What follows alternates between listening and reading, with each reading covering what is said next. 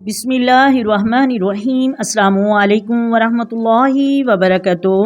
محترم ناظرین، نبی کریم صلی اللہ علیہ وآلہ وسلم نے فرمایا، یوم عرفہ کا روزہ گزشتہ ایک سال اور آئندہ ایک سال کے گناہوں کا کفارہ بن جاتا ہے۔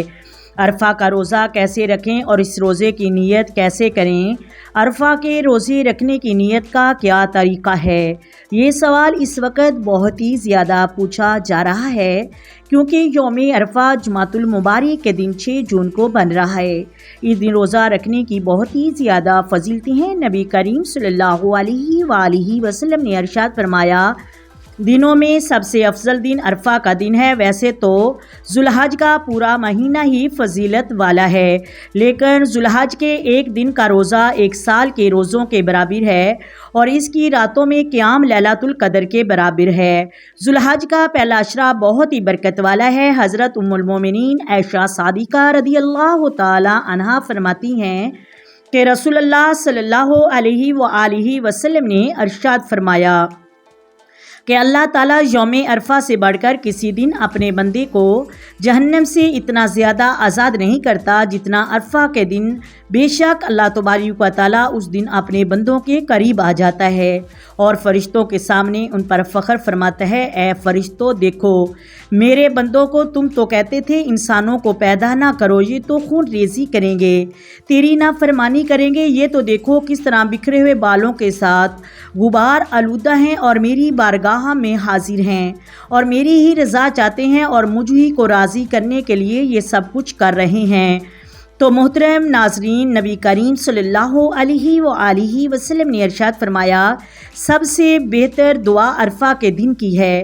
اس سے معلوم ہوتا ہے کہ ہمیں اس دن دعاؤں کا اہتمام کرنا چاہیے کیونکہ قبولیت کا دن ہوتا ہے۔ اس دن اللہ تبارک و تعالیٰ اپنے بندوں کے قریب آ جاتا ہے اور اللہ سے جو مانگیں اللہ عطا فرماتا ہے۔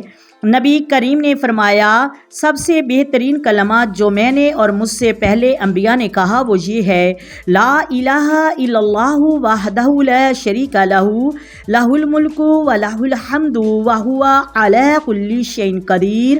اللہ کے سوا کوئی معبود نہیں، وہ اکیلا ہے اور اس کا کوئی شریک نہیں، اس کے لیے تمام تعریفیں ہیں اور وہی ہر چیز پر قادر ہے۔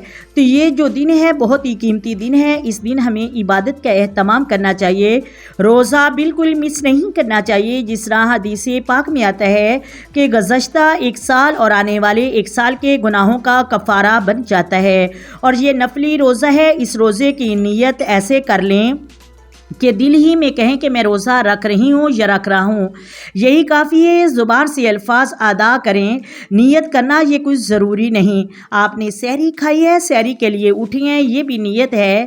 ظاہری بات ہے رات کو 3 بجے یا 4 بجے اٹھ کر کھانا کھا رہے ہیں تو کوئی آپ کو پوچھے گا تو آپ کہیں گے کہ میں روزہ رکھ رہی ہوں یا ہم روزہ رکھ رہے ہیں۔ تو محترم ناظرین، دل میں جو ارادہ ہے وہی نیت ہے۔ بہت سارے لوگ اسی وجہ سے روزہ چھوڑ دیتے ہیں کہ ہمیں تو نیت کرنے کا طریقہ ہی معلوم نہیں۔